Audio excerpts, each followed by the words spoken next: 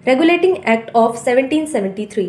1773 का regulating act पास किया गया था बाय ब्रिटिश पार्लियामेंट, और इसे पास किया गया था ताकि ईस्ट इंडिया कंपनी पे कंट्रोल किया जा सके, उसे रेगुलेट किया जा सके, और जो भी टेरिटरीज ईस्ट इंडिया कंपनी ने एक्वायर करी हैं उनको भी कंट्रोल किया जा सके।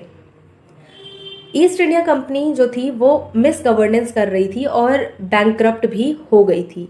तो इस वजह से जो ब्रिटिश पार्लियामेंट है उसको ज़रूरत पड़ी कि वो ईस्ट इंडिया कंपनी के मैटर्स में जो भी वो डिसीजन ले रहे हैं, जो भी वो काम कर रहे हैं, उनमें इंटरफेयर करे।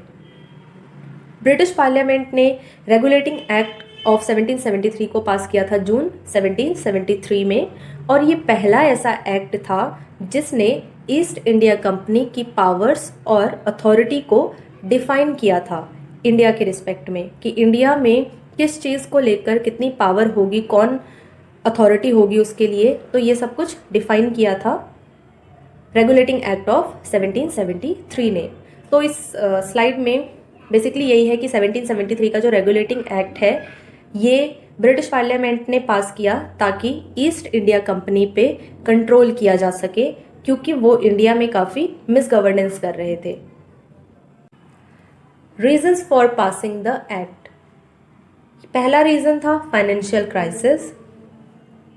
East India company financial crisis face कर रही थी और इसीलिए उन्होंने ब्रिटिश गवर्नमेंट से 1 मिलियन पाउंड्स का लोन लिया। एक तो इंडिया में ईस्ट इंडिया कंपनी इतना ज़्यादा प्रॉफिट कमा रही थी और जो भी ऑफिसर्स यहाँ काम करते थे उनके पास काफ़ी ज़्यादा पैसा था, वो अमीरों जैसी ज़िंदगी जीते थे ब्रिटेन में। लेकिन ये कंपनी लोन ले रही है, वो भी इतना ज़्यादा, मतलब इसके जो ऑफिसर्स थे वो गरीब नहीं थे, उनके पास काफ़ी पैसा था, लेकिन फिर भी ये कंपनी लोन ले रही थी। दूसरा, करप्शन और नेपोटिज्म। जो कंपनी थी ईस्ट इंडिया कंपनी, इस पे एलिगेशंस लगे, इस पे आरोप लगे कि ये करप्ट है, करप्शन करती है बहुत ज़्यादा, और नेपोटिज्म है इसमें। नेपोटिज्म मतलब किसी स्पेसिफिक बेस पे ये अपने ऑफिसर्स को सेलेक्ट नहीं करते हैं, अपने आप ही ऑफिसर्स ये लोग रख लेते हैं। और बंगाल में आया था उस टाइम पे फेमाइन, जिसकी वजह से बहुत ज़्यादा पॉपुलेशन को नुकसान हुआ था। बंगाल में जो लॉलेसनेस थी वो इंक्रीज हो रही थी। अगला था ड्वेल फॉर्म ऑफ एडमिनिस्ट्रेशन, जिसको इंस्टीट्यूट किया था रॉबर्ट क्लाइव ने। ड्वेल फॉर्म ऑफ एडमिनिस्ट्रेशन में क्या था कि बैटल ऑफ बक्सर के बाद दीवानी राइट कंपनी ने अपने पास रख लिए थे। बंगाल, बिहार और उड़ीसा के जो दीवानी राइट था वो ब्रिटिशर्स के पास आ गया था, ईस्ट इंडिया कंपनी के पास।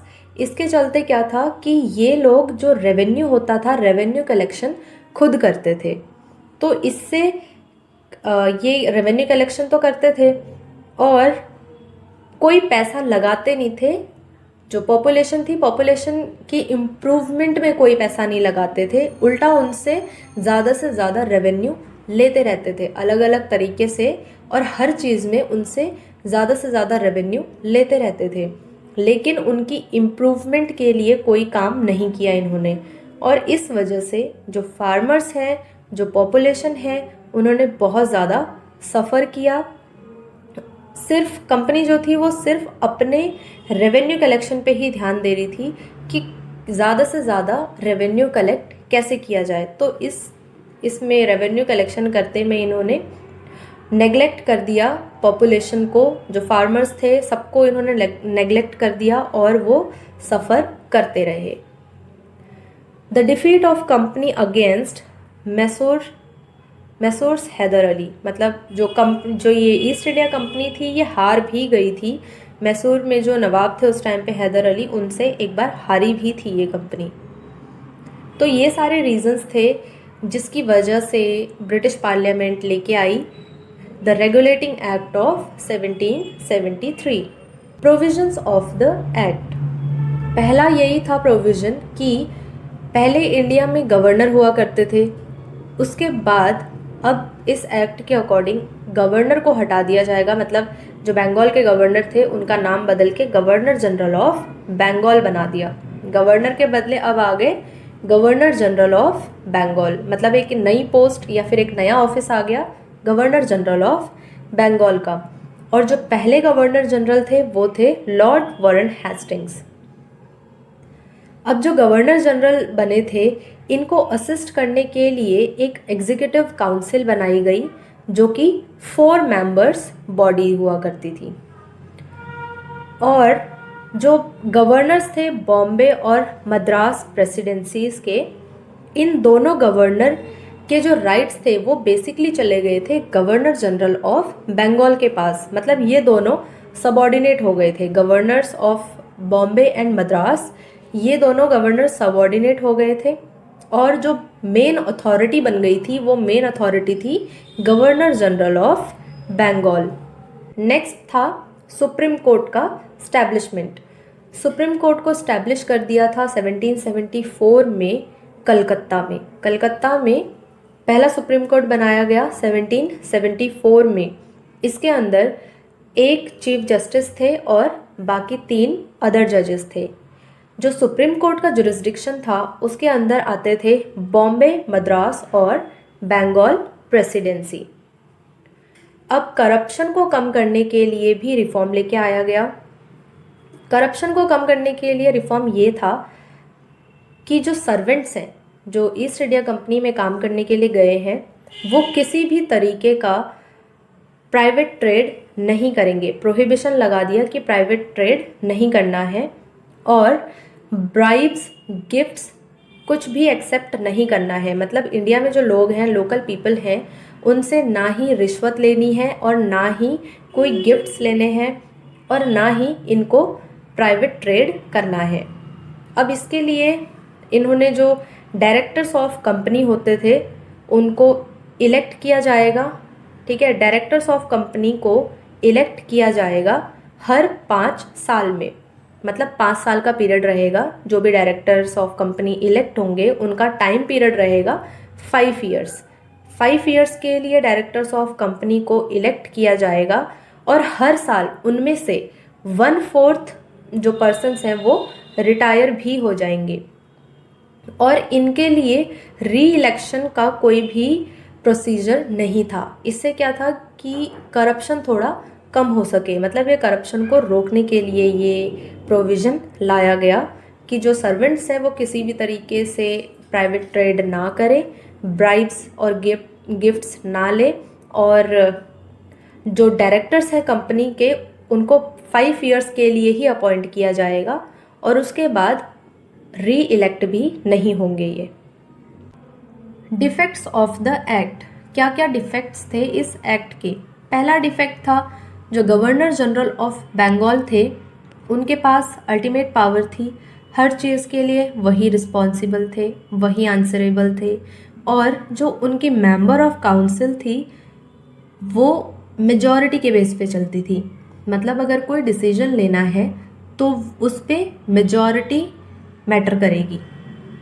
और दूसरा है कि जब गवर्नर जनरल ऑफ बंगाल के पास सारी पावर आ गई है, अल्टीमेट पावर उन्हीं के पास है, तो जो गवर्नर्स हैं बॉम्बे और मद्रास प्रेसिडेंसीज के, ये जो गवर्नर हैं ये अपने आप को रिस्पॉन्सिबल फील नहीं करते थे ज़्यादातर चीज़ों के लिए। और ये क्या करने लगे, ये अपने लेवल पे करप्शन करने लग गए। थर्ड है डिवीजन ऑफ पावर।